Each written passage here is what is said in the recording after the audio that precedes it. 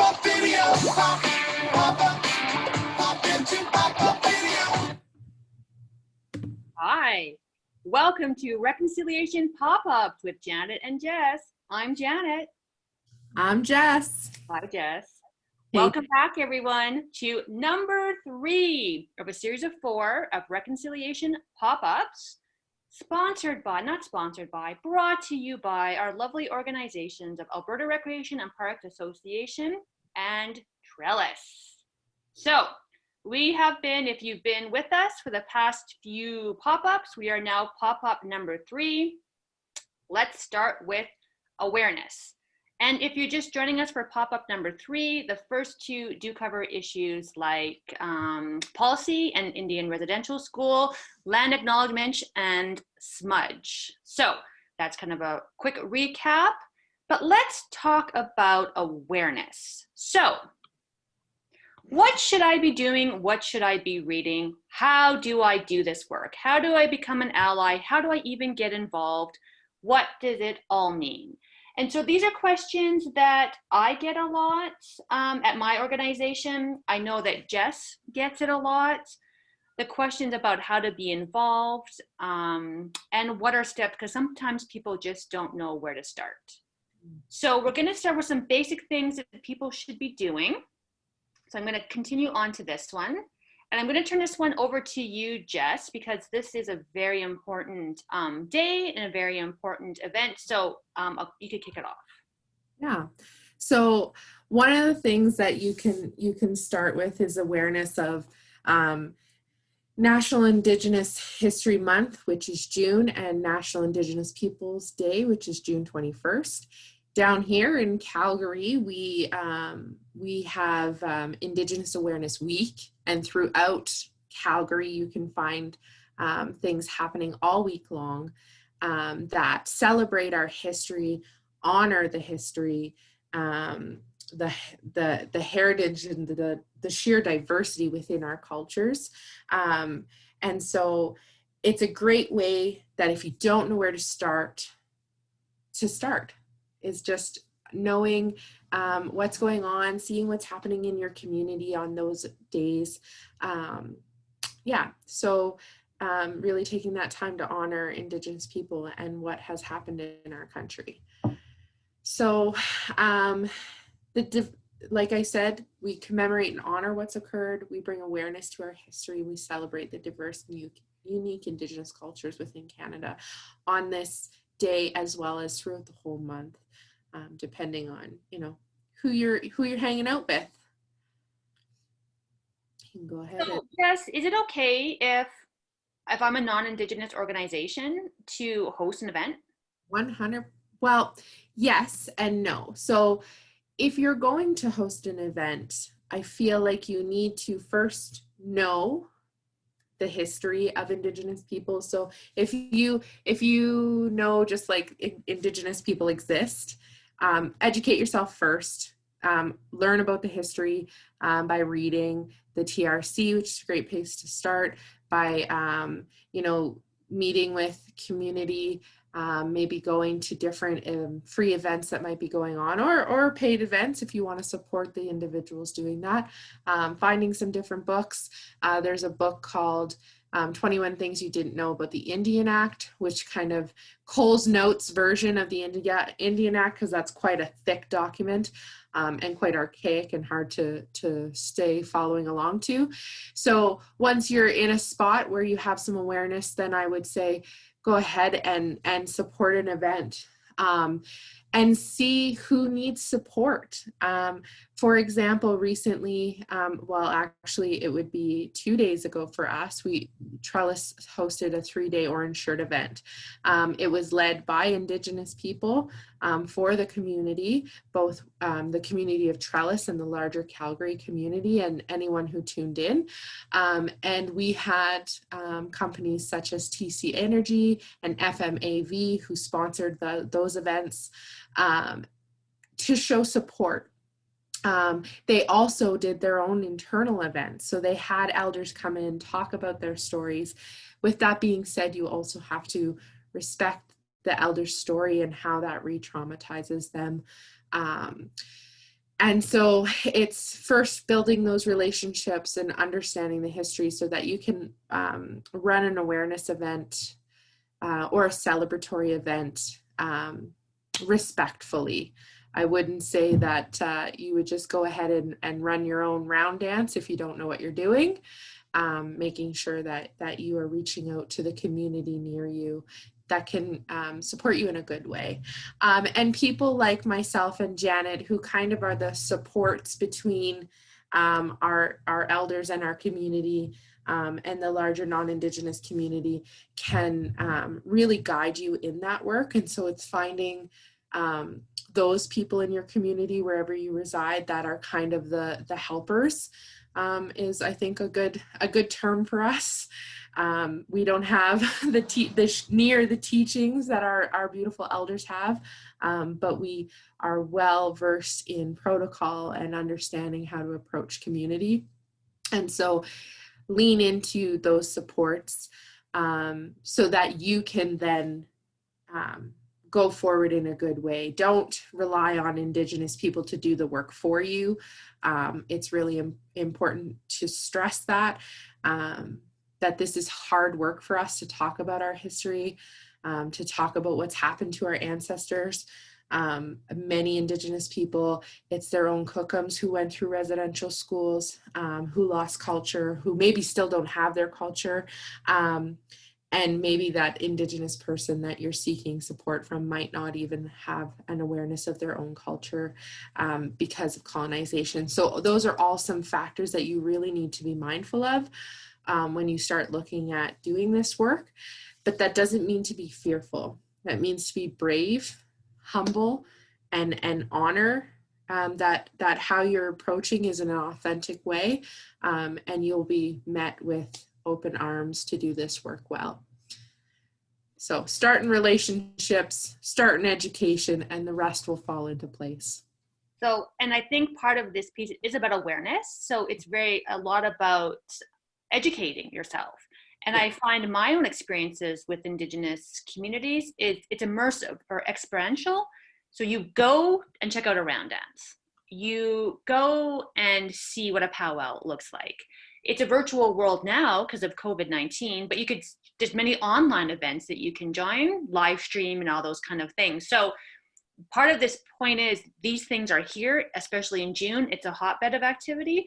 So what you really need to do if you want to be a good ally is to immerse yourself in the culture in as much respectful ways as you possibly can.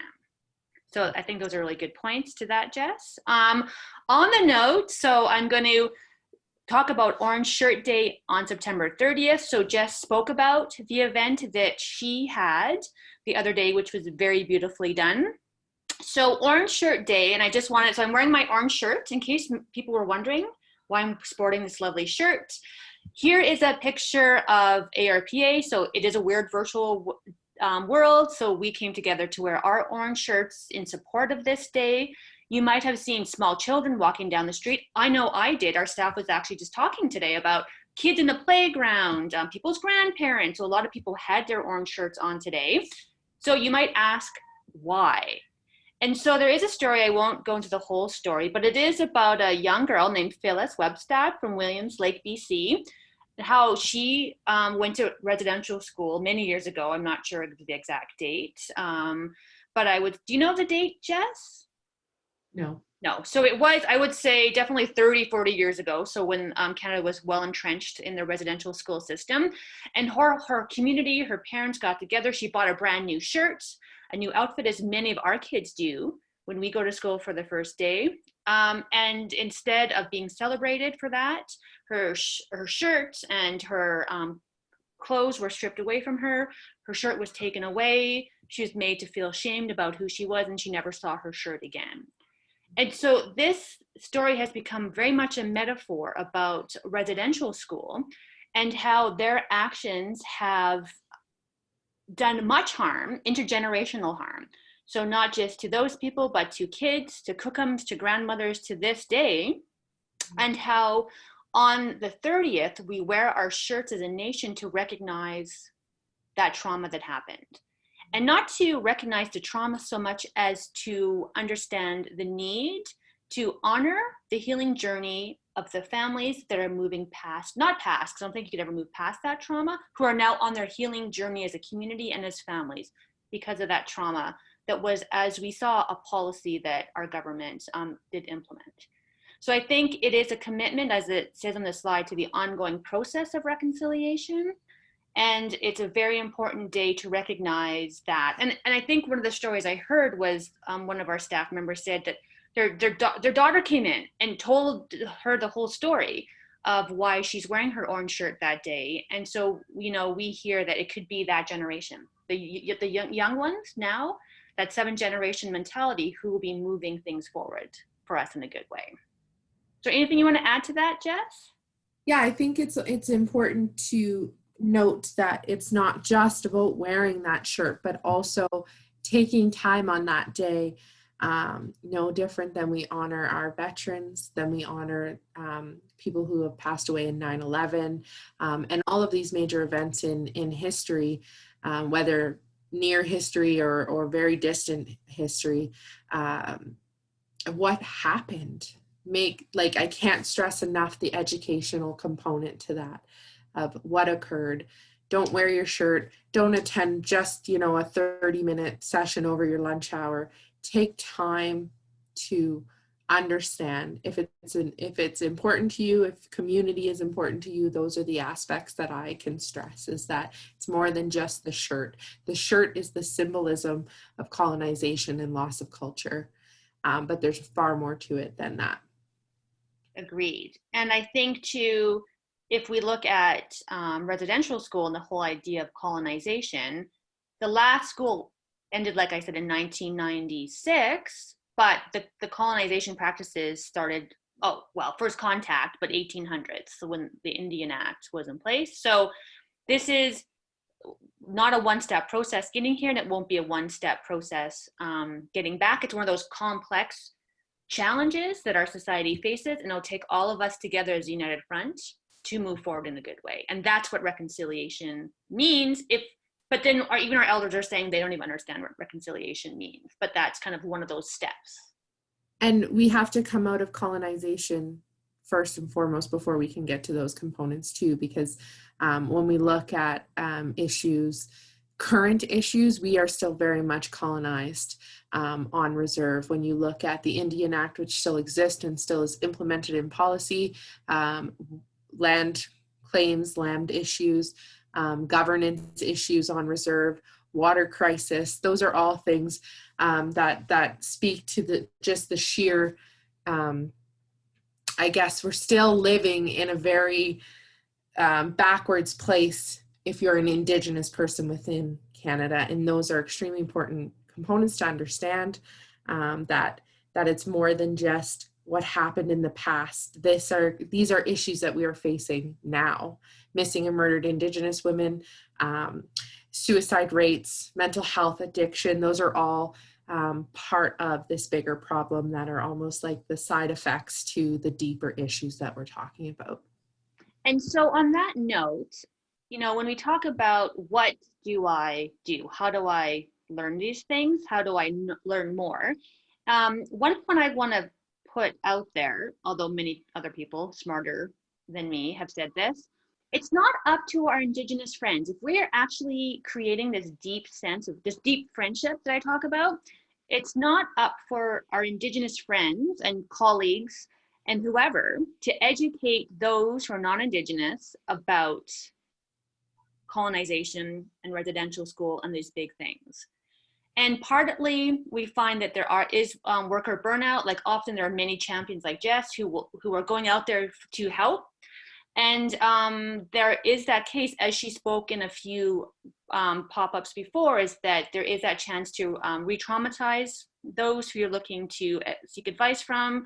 People are exhausted because it's not an issue for them. It's a worldview. It's a reality that they live every day. So they're just not talking about a book they read. They're talking about their lived experience. So as much as we often like to defund to those who might be Indigenous or are Indigenous, we might want to go there to find out what things are about. really it's about the need for ourselves to educate ourselves, to become aware of these things. And then when you have a meaningful conversation and you make a relationship with an elder, or you find a deep friend, then you could have those conversations.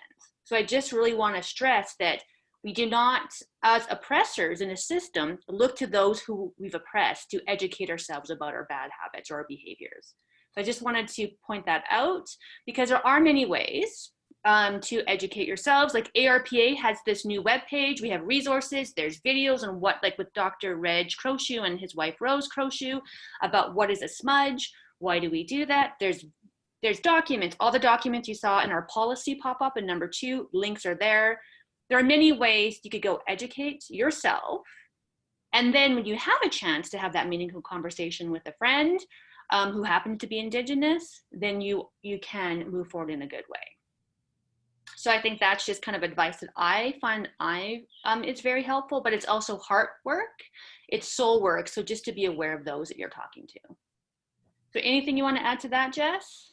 No, just to thank you for the advocacy. I think that's a really, really beautiful way to put it. That it's each of our responsibilities to work together, but it's not necessarily our responsibility to teach you about a history that was imposed on us. Perfect. And but you know, and what you'll see nowadays is many talks with elders, like in Zoom, virtual chat, video things like this. One of the silver linings of COVID is that there is now, if you have a computer, there is this wealth of resources of people who are willing to share. And I don't want to say people are stingy about their information. It's just that there is a burnout that happens. And, you know, people are different on their healing journeys in different places. So it's good to go to where those public resources are and then take the next step from there. Absolutely. Perfect. And then ARPA is one of those. Plug for ARPA. Check out our conferences, our websites, events like this. All of these will help you on your journey. To what? To reconciliatory, I can't even say it, reconciliatory actions for the parks and recreation and wellness sector. So that's pop-up number 4, coming down the pipeline in 3 seconds. Here's our contact information one more time. And with that, we are going to say adieu, and we will be back for our final pop-up shortly.